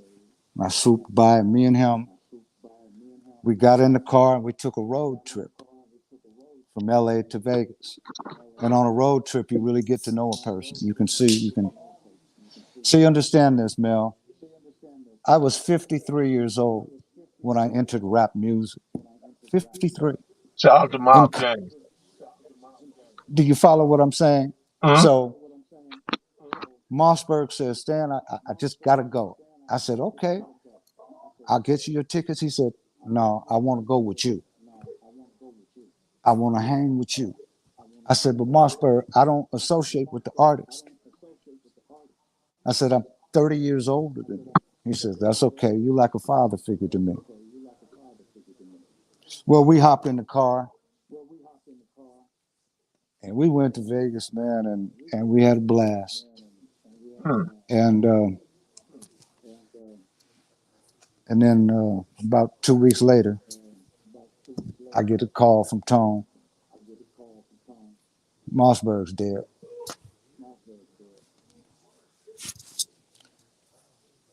Uh, I don't have too much to say other than that because that was when I left. That's when I left my company. That's when I left Sheppard Lane. I didn't want anything to do with rap music. I didn't want anything to do with gang banging. Nothing. I had been. Understand this. That man right in the middle, that's on camera with me right now. Uh-huh. ESCDs.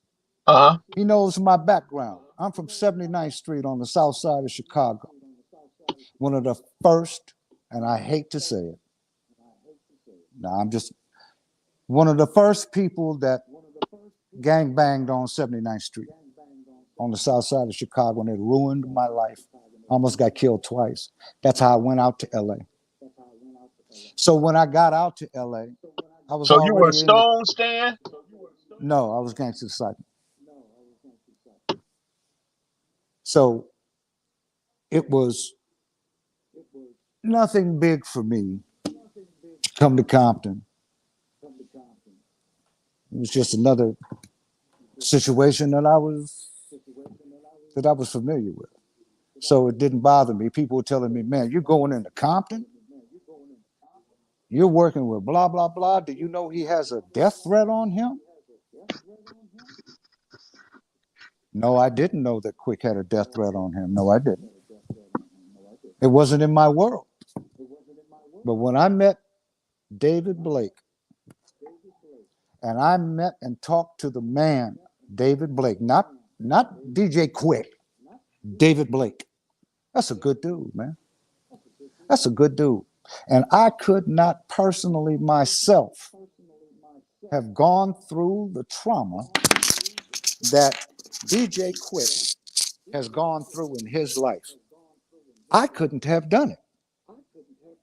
Okay? So even though I haven't worked with Quick in over 10 years, but I've managed David for almost 12 years. So the bottom line is this. That man is a cool guy, so talented, and just everything around his life was trouble. Everything. And I felt sorry for this man. And I couldn't help him. The streets wouldn't allow that. So just imagine what David had to go through. Death threats and be creative. You know how hard that is, how difficult that is. My life was threatened on numerous occasions just because I managed Quick. And I know what it did to me. So I know what it must have done to him. So to this day, even though I don't work with him, I have nothing but respect for that man. And I have nothing but respect for the people in Compton that I've worked with.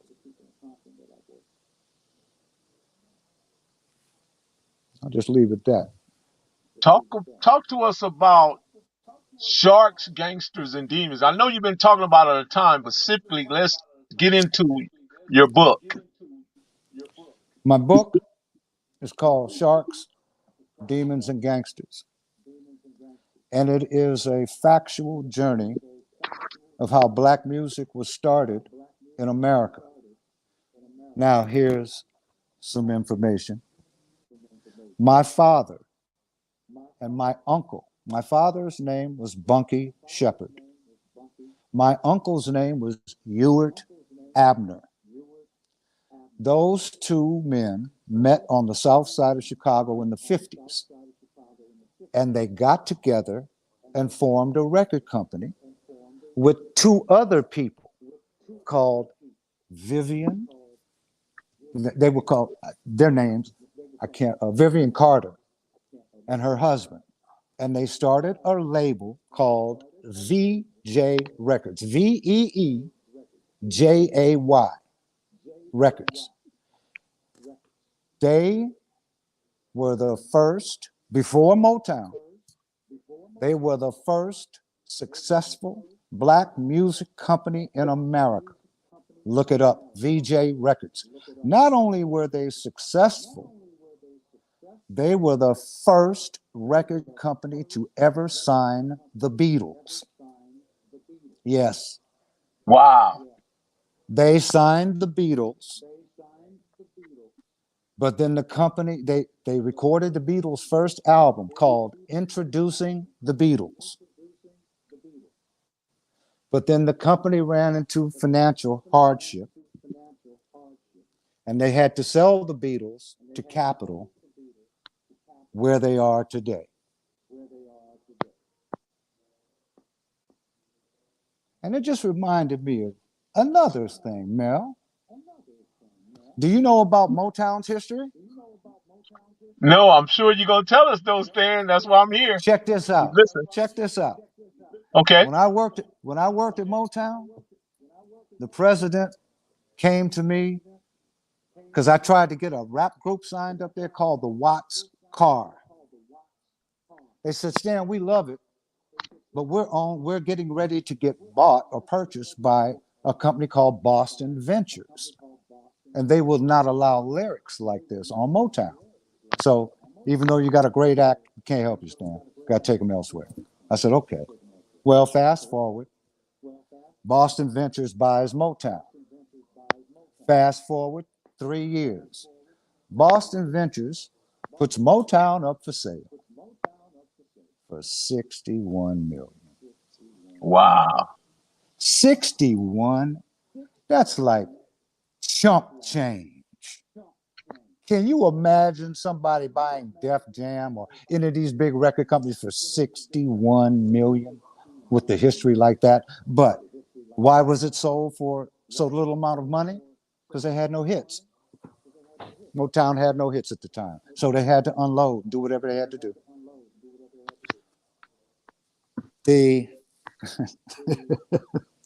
When I think about this last story, then I'm gonna let you roll. I was hired by Capitol Records, by the president, to buy Death Row. I called up Suge. I'm giving you bullet points. I called up Suge, and he was nice enough to go ahead with the talks. We went back and forth for 2 months. Suge decided to do a deal with MCA. Didn't do the deal with Capitol. Now remember, Capitol hired me. I had a label at Capitol. They hired me because they knew I had a relationship with Suge, and they could get Jimmy Iovine to the table, but they couldn't get Suge to the table. So I got Suge to the table, but the deal didn't work out. Do you know what Capitol Records did to me? Let me tell you what they did to me. I came up after the deal was turned down by Suge, and they had I went to try to go up to my office at Capitol, and they blocked me at the gate. Oh, wow. I said, whoa, what are you doing blocking me at the gate, man? I'm going up to see the president. No, you're not. Why? You're banned from the building. Banned from the building? Why? You've got gang connection.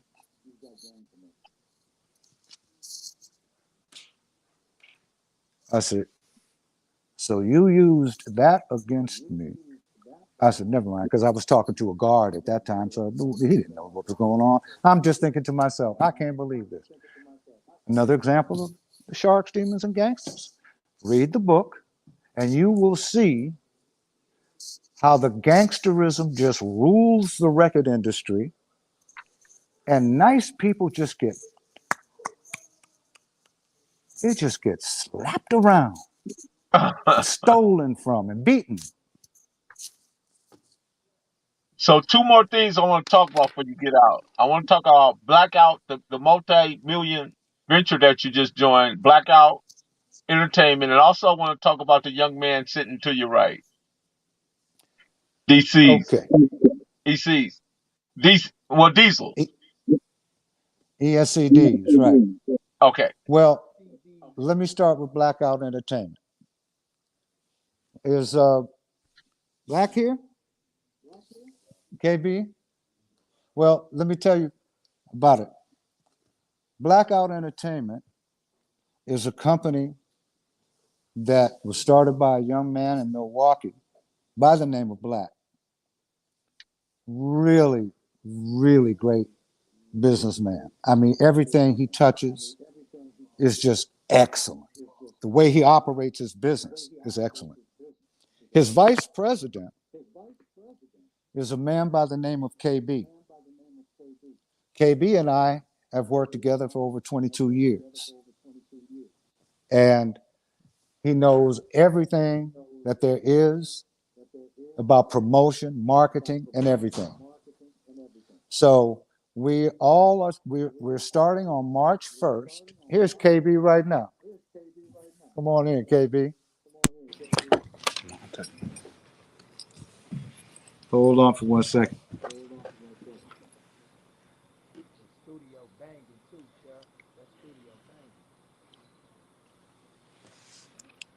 Hello? Yeah, I'm here. Hey, Black, come on over. I'm gonna sit over here and be a spectator. There's KB, our promotion director. KB, how you doing, sir? Melly, how you doing, man? I'm doing real good. What I want to know from you, man, how does one create a successful marketing campaign in the 2000s, 2022? What does that look like? Well, it's basically you key into the artist because we selling authenticity in these days of time and the beauty about it is that you only got to get it right one time for online purposes. That's amazing, man. Yeah, we've got a situation. Tell them about the releases that we got coming. Oh, the Party at 4? The artist Party at 4? Definitely. Yeah, H1 The Hook. Yeah.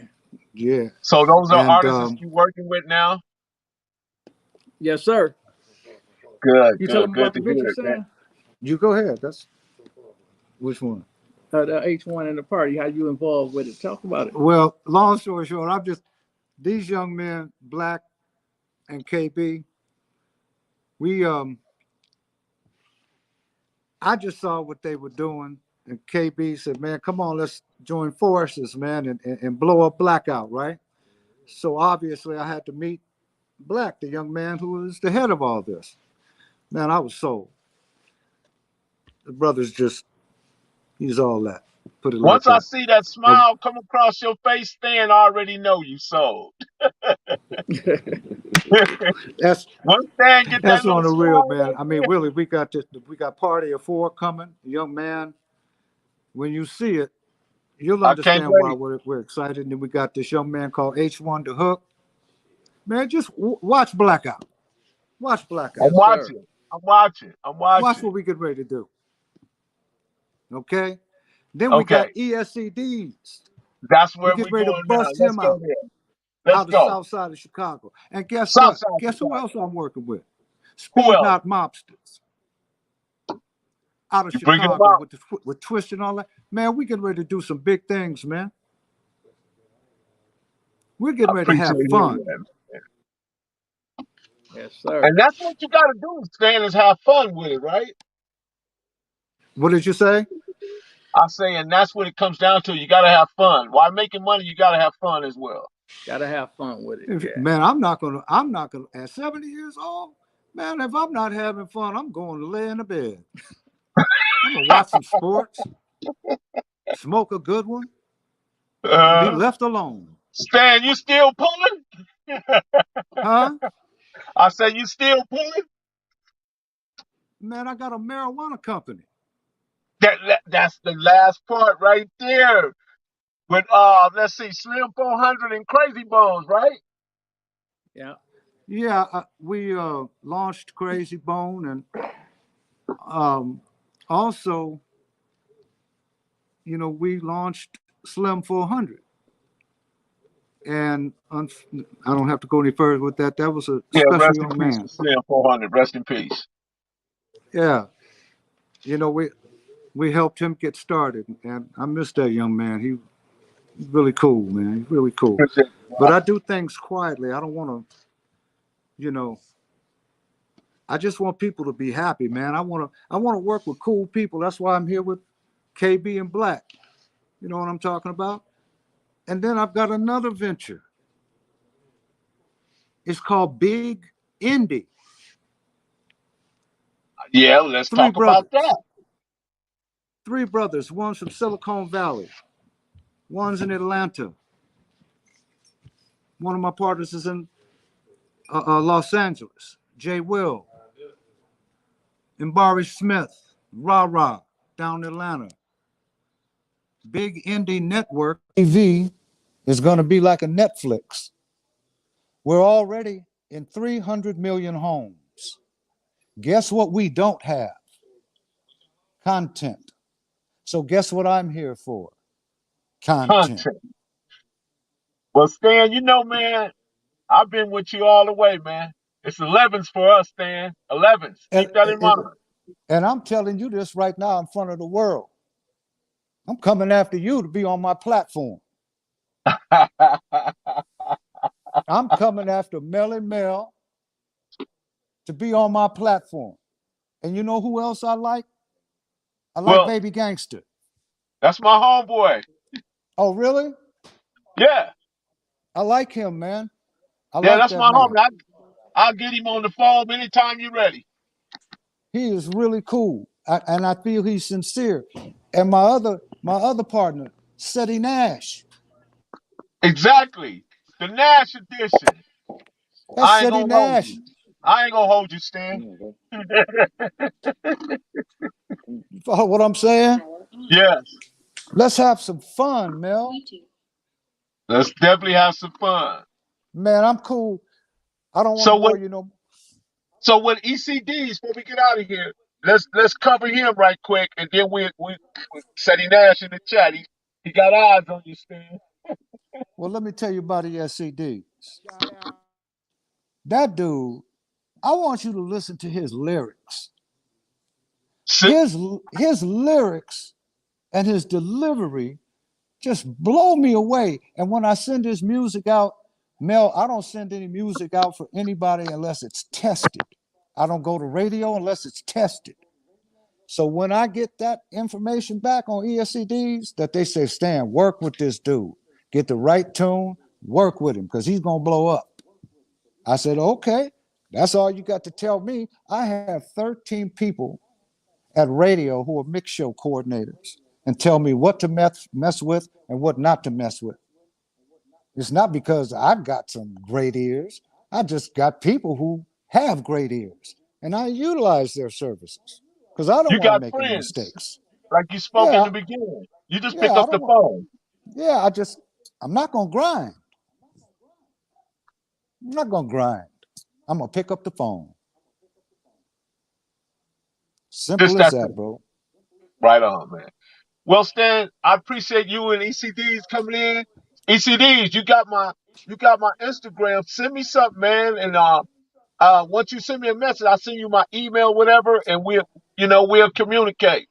Yes, sir, That's Mr. right. Mel. It's such a pleasure to meet you, bro. I just dropped the project last Friday with Ebone Hood Rich called Splash Brothers. I'm gonna make sure you get that. There's some banging music on there. It's like 14 tracks of pure fire, pure fire. And me and Shep is working on my official album.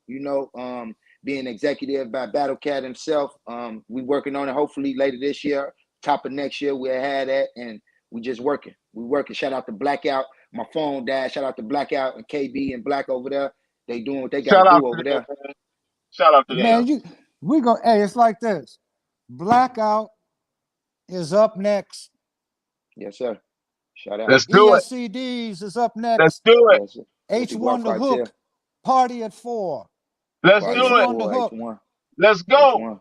Hood It's on and City popping, Click. man. Let's go. Hey, thank you, Mel. Much I love from the east appreciate side you. of Chicago, bro. Salute Thank to you. you, bro. Make sure That's you Salute. right. tap in with me. Yes, sir. Melly I'm here. Mel, Yes, sir. Yes, sir, Stan. I'm coming after you for that podcast now. Okay, let's do it. Okay. Let's do it. All right. I'll talk to Hey, you later, I man. don't God know if bless the viewers everybody. heard me. Shout out to Seti Nash, man. That's my boy right there. Shout Shout out out to to the Seti. Nash Edition, man. Yes, sir. I ain't Yes, sir. gonna That's my hold boy right there. Seti Nash and King AK-47. I like that brother too now. Shout out to AK-47. Yes, sir. I like Shout out to Shout out to AK-47. I like that. AK-47. Come on Yes, sir. now. Yeah. Let's Let's do this. do it, Let's have some Stan. fun, man. Let's have some fun. Let's have some fun. It's a pleasure, you guys. Have a blessed day. See you, Stan. All right now. Shout out, Peace. shout out, shout out, shout out to Stan Sheppard. Y'all saw him, Stan Sheppard, ECDDs. Man, y'all got it, man. Professor Melly Mel, the Hood Post, man. You know that vibe. And I think we had an amazing time in the chat room today. But let me get that window up, y'all. It's getting chilly on me. Okay, we had an amazing time today. Shout out to Seti Nash. Anybody want to jump in the chat room? We got about 15, 20 minutes left. You want to jump in? And we go back and forth, whatever you want to do. Seti Nash, you want to jump in?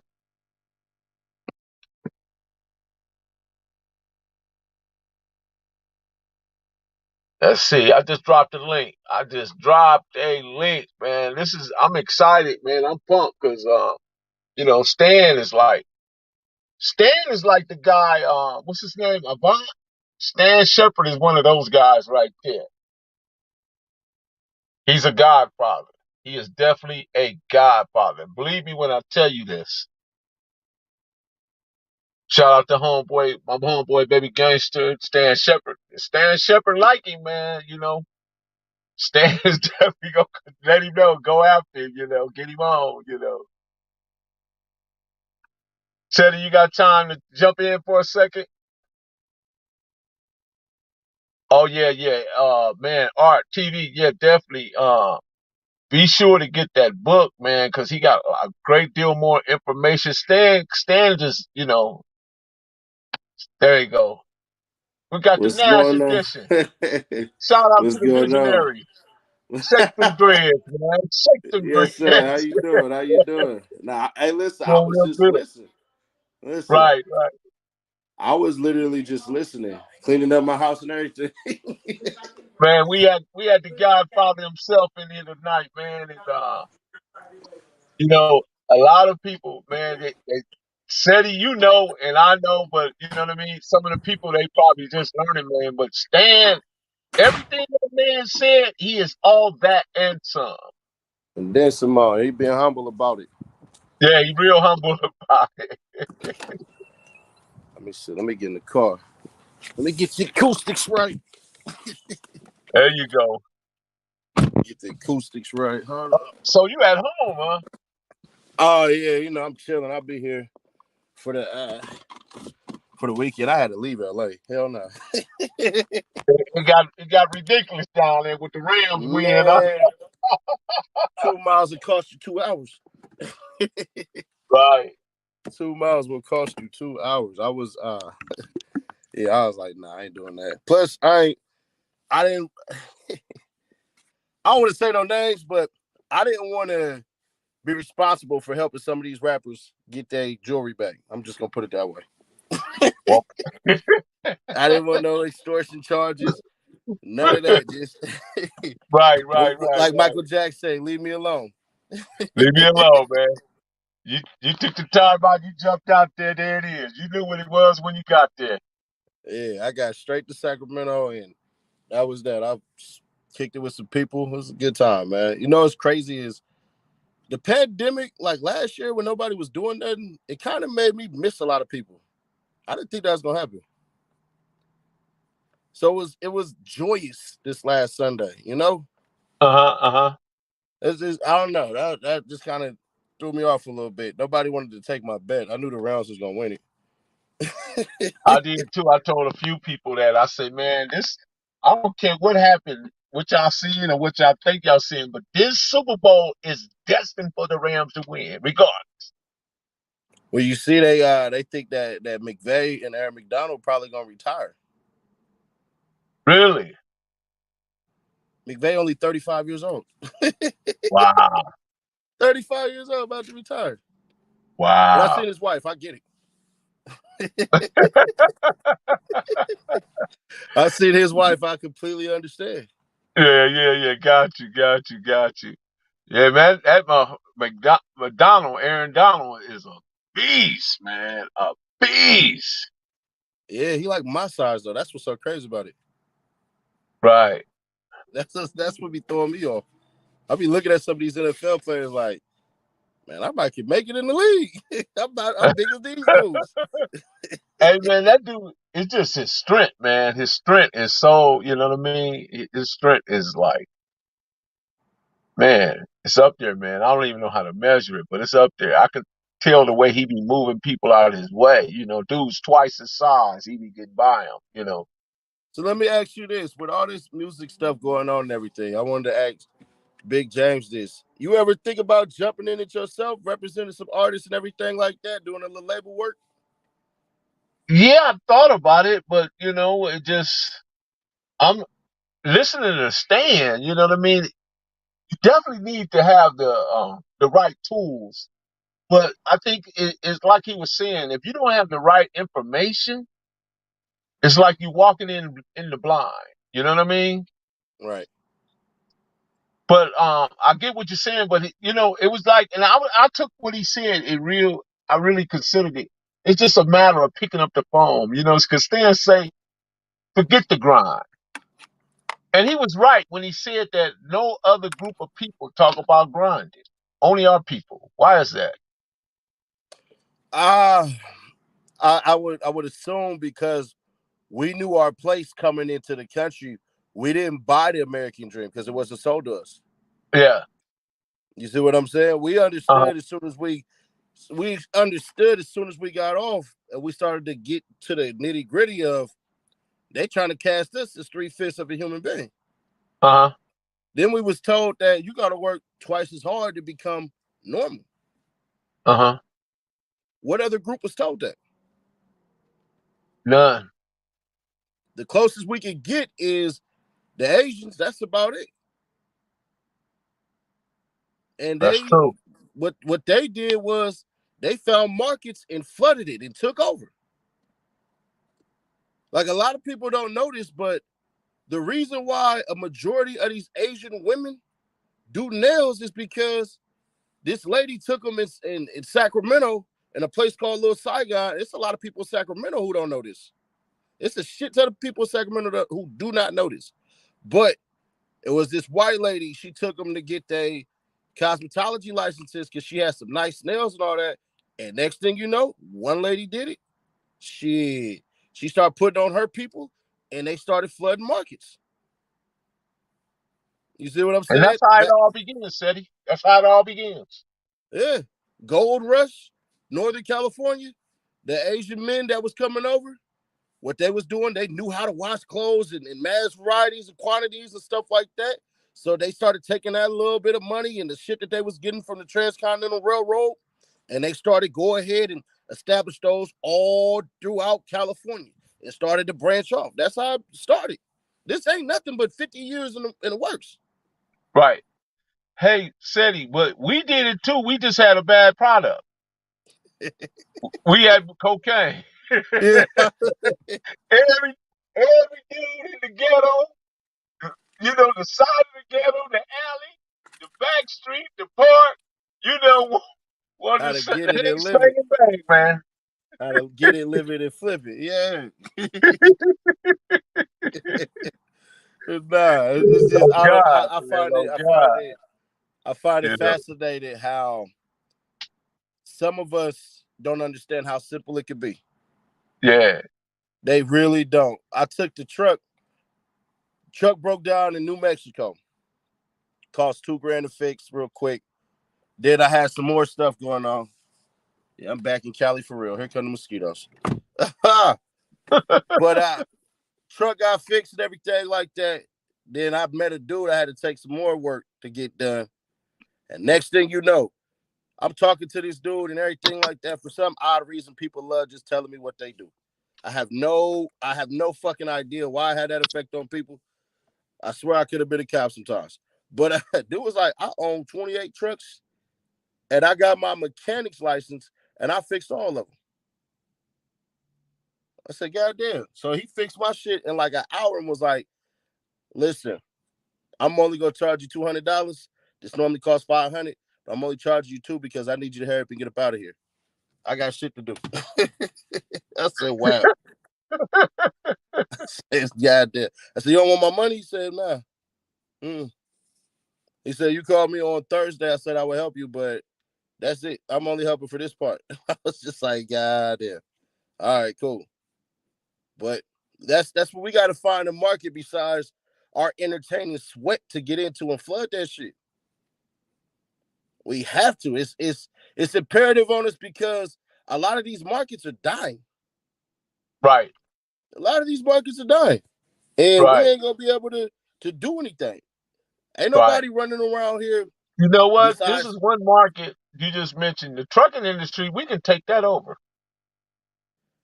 we should If, and we could. if we just because it's open and there's so many people that just don't want to do it, but yet is in high demand. I was telling a guy the other day, I said, man, I ain't got to never worry about a truck driving job because there's 1,000 truck driving jobs, right? Some of them have 10,000 signing bonus, 700, 7,000 signing bonus. All of them come with signing bonuses. And then, and if you want a truck, they give you a truck, you know. But I'm doing signing bonuses. your main obligation is protect your license. You take that license, you're going to do anything you want in trucking. I tell people I don't drink while I'm out on the road. I don't drink while I'm out on the road, and I drink at home. Mm-hmm. Mm-hmm. That's it, man. Fuck all that. If I You go out to a always, bar and shit like that, 2 drinks, that's it. I ain't doing no uh-huh. more. That's it. Mm-hmm. You can't give me shit except water and maybe a That's Coke. it. That's it, man. You can't give me shit, and I babysit the fuck out of it now. Be stabbing, act like I got problems and shit, stabbing the hell out of the ice and everything like that.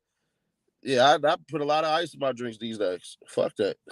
Gotcha. Gotcha. Because having a living and having money and having things that you want, you know what I mean, that you want to acquire in life takes money. You know what I mean? I understand the mere possession of money isn't in his the possession of it is not in his possession.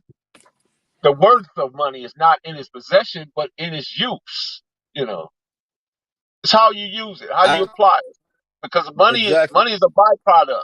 It affords you to do the things you love to do, but it also pay people to do the things you don't. Like when you get a guy that $200, you didn't want to do that. You can say, "Hey man, let me pay you." Yeah, get the fuck on. You know what's funny Yeah. is my race right now is to get another 100,000 and buy Amazon route. That's the ground right now. Let me go ahead and get about 50 of those. Let me Uh get huh. about 50 of those, and we gonna be all right. We Right. gonna be all right. There you go, man. There you go. Them Well, white Sadie, ass people. I appreciate No, you I was jumping just in here for me a moment. You know, I don't want to hold you up. I ain't gonna hold you. ah, And hey man, we gonna tap in with Stan Susie. You know, put it all together. He's gonna contact you and me and everybody else he needs to contact, and we'll see where it lands. absolute. Appreciate you. I appreciate you, bro. Take care. Yes, sir. Yes, sir. Bye.